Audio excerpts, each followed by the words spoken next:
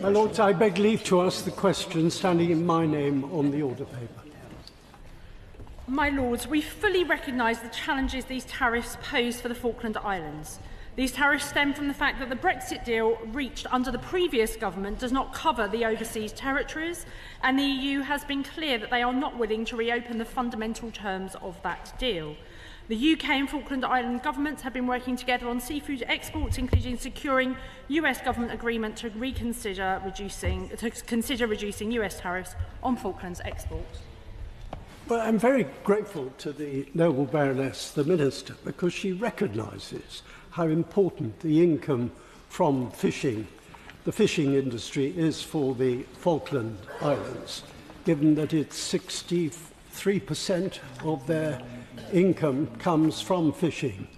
And will she please ensure that at the next meeting, under the UK-EU reset, will include this item, demonstrating the UK's credibility and consistency in promoting free and fair trade right across the globe?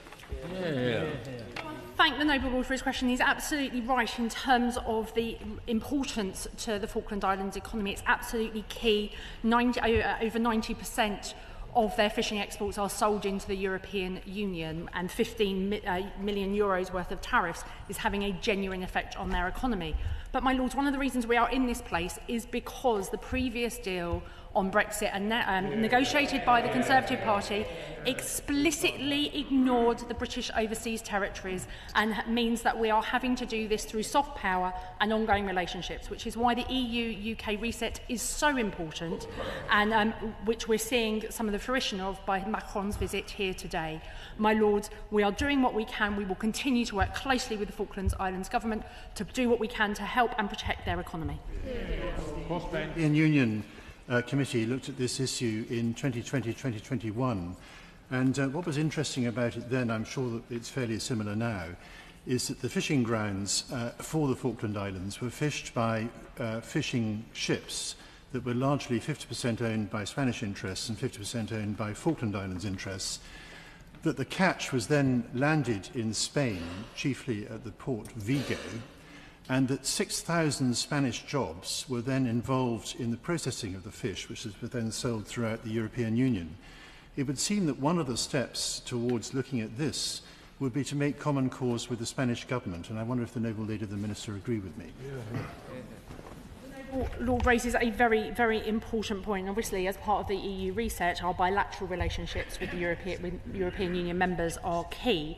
The noble Lord's absolutely right, however, in terms of the ownership structures of the fishing companies, although, just for the record, it's 51% that's owned by the Falklands and 49% that's owned by the Spanish. The Falklands always have a controlling share.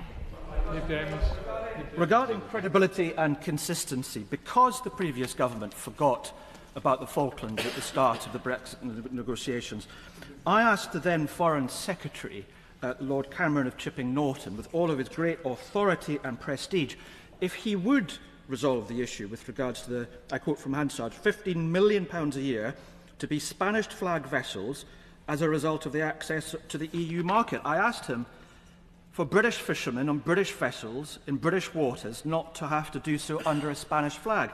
His reply to me, I quote from Hansard, "I will certainly take the noble Lord's point away." He did, and he kept it away. I never heard back. So, given this government, and I commend them for seeking additions to the TCA agreement, for example, the SPS negotiations now underway, what is preventing our government now commencing discussions for an additional agreement to the TCA with regards to resolving the issue that the party to the right had created?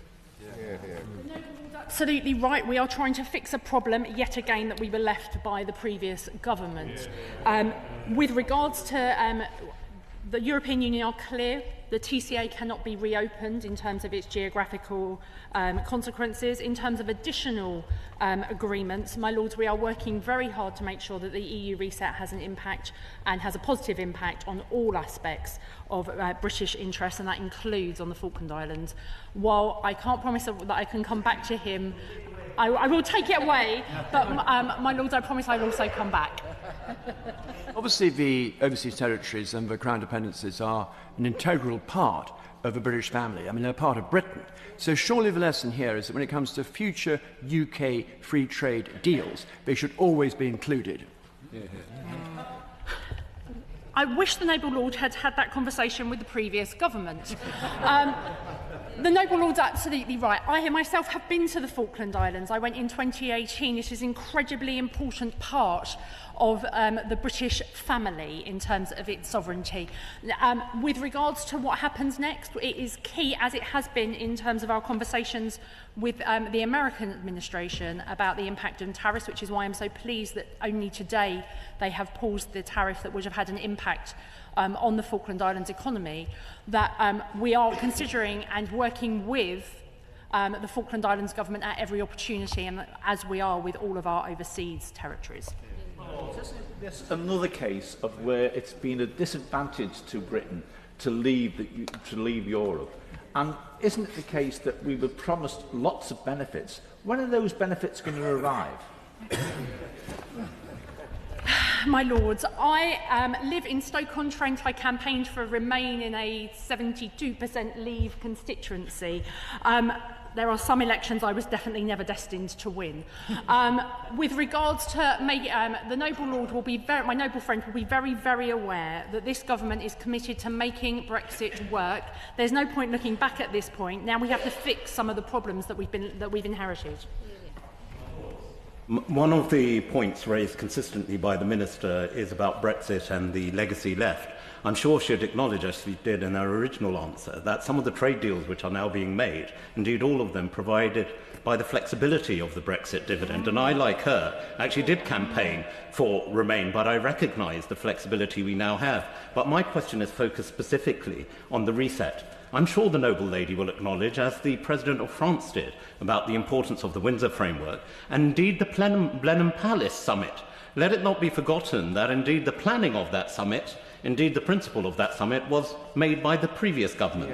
And that should not be forgotten, acknowledged by the President of France. The Minister can acknowledge it today. But my question is specific on the issue of sovereignty, the sovereignty of the Falkland Islands. One of my last acts as a Minister was in Paraguay with the OAS, restating the unstinted sovereignty of Britain over the Falkland Islands, the Sandwich Islands, and all the related maritime areas. Can the Minister again restate the importance of that sovereignty and that it is not up for negotiation? Yes, there is absolutely no room for questioning British sovereignty at all with regards to the Falkland Islands.